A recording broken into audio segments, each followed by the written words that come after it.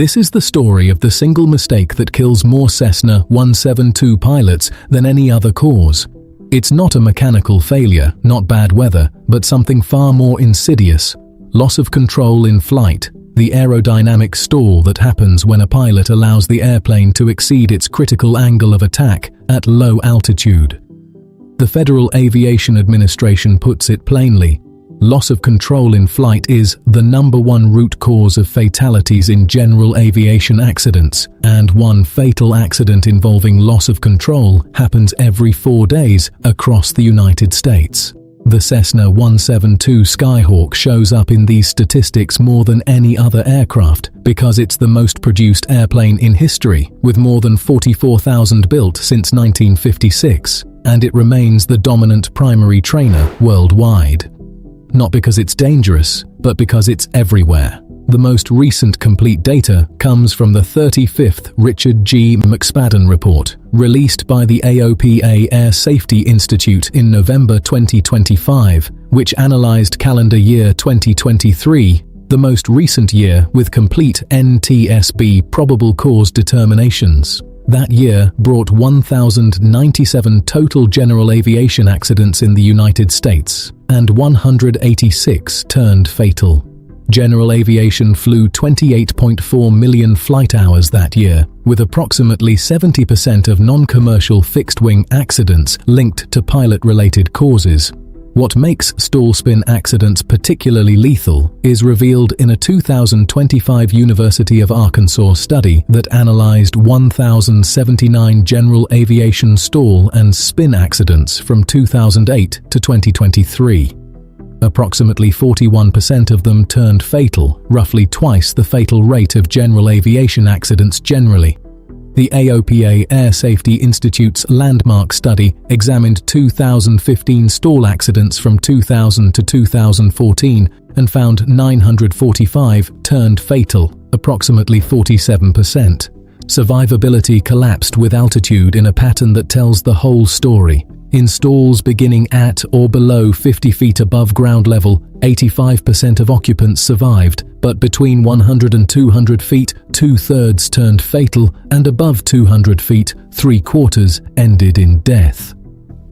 Higher altitude stalls allow the airplane to wind up into a developed spin before impact, which explains the reversal in survivability. Where exactly are these stalls happening? Conventional wisdom gets this completely wrong. Most pilots assume the base to final turn is the killer, and when stalls happen there, they're devastating. 80% of base to final stalls turn fatal, and 66% of downwind to base stalls end the same way.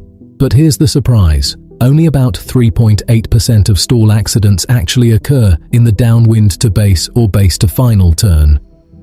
Roughly half of all pattern-related stall accidents happen on takeoff, the power-on, nose-high regime that pilots practice least. More than 26% of all stall accidents occur on personal flights rather than training flights, and the profile differs significantly. Training stalls cluster around maneuvering and landing, while personal flight stalls cluster around takeoff and go-around. What's actually happening in the airplane comes down to basic aerodynamics. The Cessna 172S stalls at 48 knots, calibrated airspeed with flaps up and power off, and with full flaps, that drops to about 40 knots indicated. The older 172N from the 1970s and 80s stalls at approximately 44 knots, indicated with full flaps. But here's the critical part most pilots forget. In a coordinated 45-degree banked turn, stall speed increases by about 19%, which means that wings level 48-knot stall speed becomes roughly 57 knots in a steep turn. The pilot who pulls the nose up to stretch a turn back to the runway, then adds bottom rudder to tighten the arc, has set up the classic cross-controlled skidding stall where the inside wing stalls first and the airplane snap rolls toward the ground with virtually no warning and no altitude to recover. AOPA's Barry Schiff described the result as an aircraft that seems to have simply mushed into the ground because the spin never has time to fully develop. Two signature Cessna 172 fatal scenarios keep repeating year after year, and understanding them might save your life. The first is what pilots call the impossible turn, which happens when engine failure shortly after takeoff leads to an attempted 180-degree turn back to the departure runway. AOPA testing found that a Cessna 172 needs roughly 500 feet of altitude to make it back to the runway, but only under ideal conditions with an aggressive 45-degree bank, a 4-second reaction time, and the nose allowed to fall through the turn. Realistic minimums. Most flight instructors teach are 1,000 feet above ground level before a turnback is even considered, and the math tells you why. A 172 at best glide descends about 740 feet per minute wings level and exceeds 1,000 feet per minute in a bank, which gives a pilot at 600 feet only about 45 seconds aloft. The combined effects of startle response, low airspeed, best rate of climb is only 14 to 26 knots above stall speed, steep bank, and instinctive nose-up pull have killed dozens of pilots in nearly identical fatal sequences. The second signature scenario is the base-to-final overshoot, where overshooting the final approach centerline, typically with a tailwind on base, leads to an attempt to salvage the turn with bottom rudder and back pressure. The NTSB documented this in Safety Alert SA-019, which warns pilots that the inside wing will stall first and the airplane will roll inverted before impact, and the agency's lead investigators note that the wreckage signature is unmistakable, a steep nose-down crater within a few hundred yards of a runway threshold. A real case from April 18, 2023 at Madison County Airport in London, Ohio, illustrates exactly how this happens. A Cessna 172N, registration November 734 Golf Bravo, carried a 44-year-old student pilot on what was likely his first flight lesson and a 9,900-hour ATP-rated flight instructor, and both were killed when the airplane stalled on final approach to runway 27.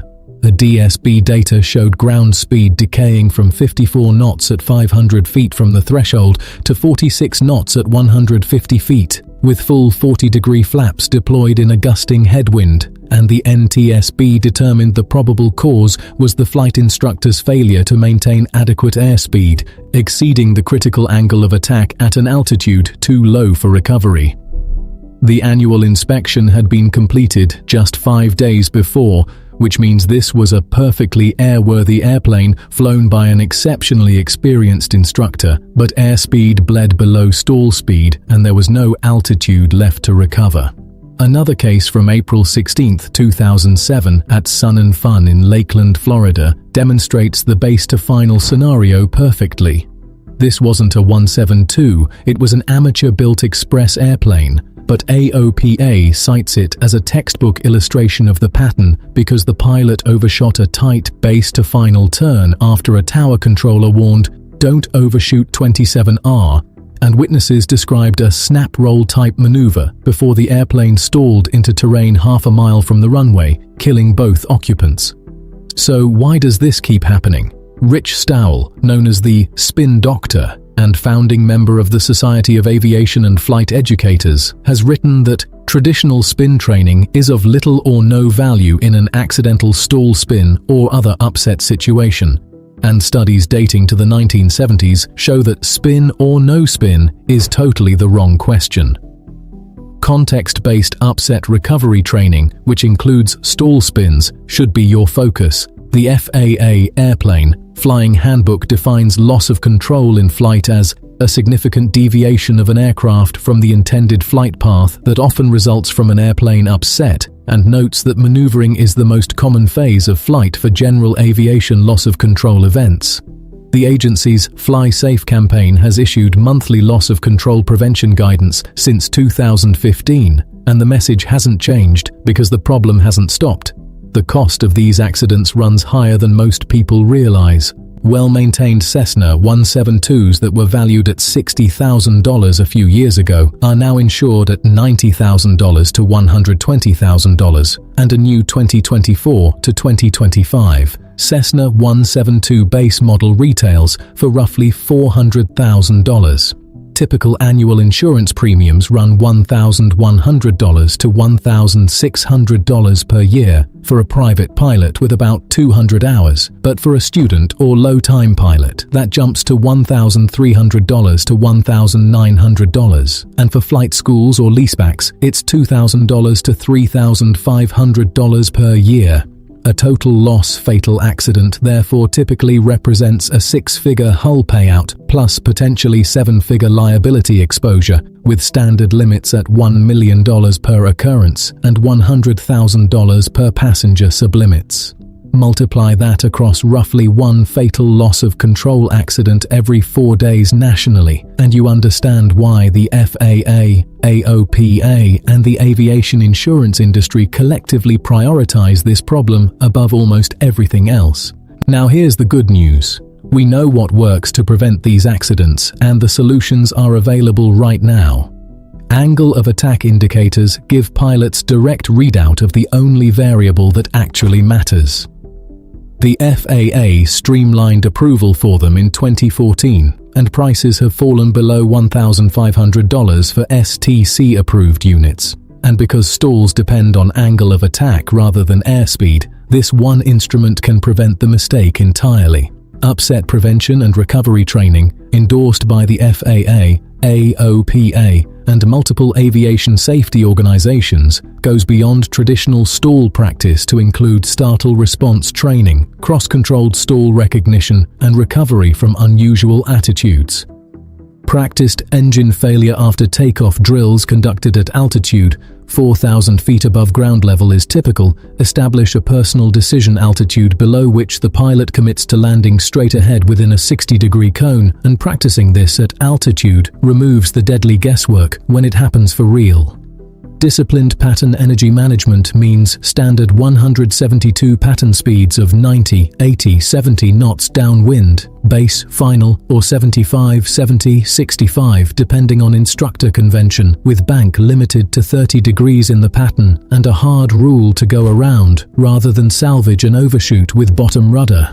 The FAA's Wings Pilot Proficiency Program is a structured proficiency program that the General Aviation Joint Steering Committee's safety enhancements explicitly link to loss of control reduction, and participation has shown measurable effects on accident rates. The evidence shows this works. General aviation stall accidents declined from 160 in the year 2000 to 61 in 2014, even though the underlying GA accident rate fell only slightly. And the McSpadden report shows the 2023 fatal accident rate of 0.65 per 100,000 hours is the lowest in the modern reporting era. But loss of control in flight remains the leading single category of fatal general aviation accidents and the most cited cause in Cessna 172 fatal accident probable cause statements, which means the work isn't done.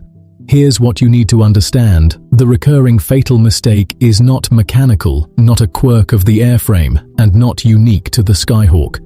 It is the pilot's loss of awareness, of angle of attack, of airspeed margin, of energy state, at the precise moment when the airplane has no altitude to spare. The Cessna 172 is a forgiving airplane, and like every airplane, it becomes unforgiving when flown beyond its critical angle of attack a few hundred feet above the ground. The stall warning horn gives you notice, the buffet through the controls gives you notice, and the decreasing control authority gives you notice. But once the wing exceeds critical angle of attack at pattern altitude, physics takes over and the ground arrives before the airplane can be recovered. That's the mistake that kills pilots every year, and that's the mistake every pilot has the power to prevent.